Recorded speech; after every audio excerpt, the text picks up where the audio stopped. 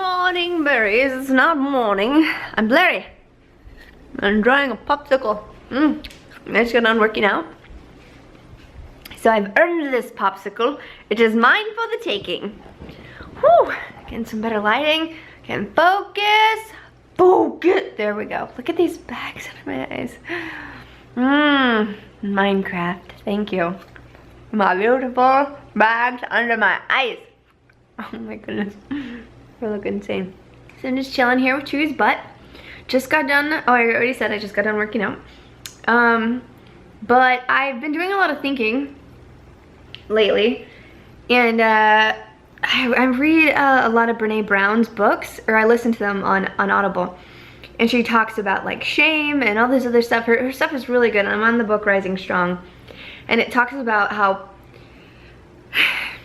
what if everyone is trying their best? In like moments where we are feeling extremely self-righteous and we start shaming other people and being like, you know, why can't they have it together like this or that? Or, you know, a greatest example is when I'm in the airport and everyone is just irritating the crap out of me because they're not walking fast enough, they don't have their ticket out, they're trying to take like metal through the security, and I'm just like, I need to go somewhere, and everyone is inconveniencing me. That's my air conditioning. But like Brene Brown talks about how underneath self-righteousness is you know, is shame. Like, we don't really feel that great about ourselves. There's no self-respect underneath self-righteousness, and we get treated how we respect ourselves. So, you know, it's an insane cycle. But I don't know, I just was thinking about that and how easy it is to play the victim, or not play the victim. You don't mean to. It's just kind of like a product of what happens to you. You're like, you know, a lot of really horrible things have happened to me. I feel bad about it, I'll overcome it, but in the back of your head, you still almost always have that mentality. Growing up was tough for me. There was like, I was the only girl out of 4 boys. My mom was really sick. My dad was always working, trying to provide for us. There was a lot that we had to be grateful for, but there was a lot that we didn't have. And as a kid, you can't help but compare yourself to other families and stuff that you see on the movies, and you're like, what I think is normal isn't, because of everything around me. And it constantly makes you question, like, you know, like, what is this life that I'm living? Is this okay? Like, these people are, like, my parents are the adult figures in my life, and you're taught as a kid to trust the adults because they know what's best for you. But when you start questioning whether or not they know what's best for you, what place does that put you in? As a kid, I was always questioning everything just because I was curious, and I don't know, I wasn't okay with like the answers that were simple and would shut me up quick, because like, if I can't understand it, then how can I believe in it? And that's like kind of rang true for my entire life. But you know, there are times when I get in like these ruts where I'm like depressed, and I think about, I feel sorry for myself. It's easy to do that. I mean, it's easy for anyone to do that, but talking about me specifically, it's easy for me to feel sorry for myself because of stuff that I've gone through. You know, and just be like, oh, when do I get a break? When does it stop? When do I get my breakthrough? When do I get noticed? When does this happen? When does this, like, why hasn't it happened yet? I'm waiting, this, that, this or that, all these excuses and reasons for why good stuff isn't happening to me, but yet I'm surrounded by so much more than I've ever had in my whole entire life. And it's frustrating for me, because how do I maintain perspective, you know? My privilege is no one else's problem, but my feelings are so hard to navigate sometimes. Sometimes it's hard to differentiate what I want to do versus how I feel, because sometimes they're the complete opposite.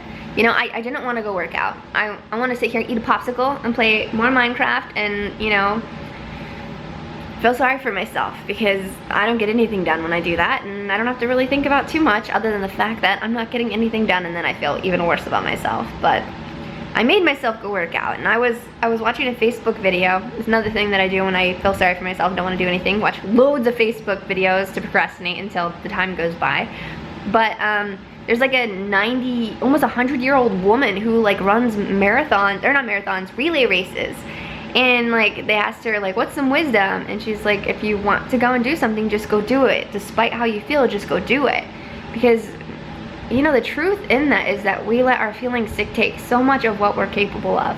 Have you ever done something despite how you feel, and then at the end of it you're like, dang, I can't believe I did that. That was great. That feels great. I thought I already knew or had like this expectation of what the outcome would be, but it's so much better.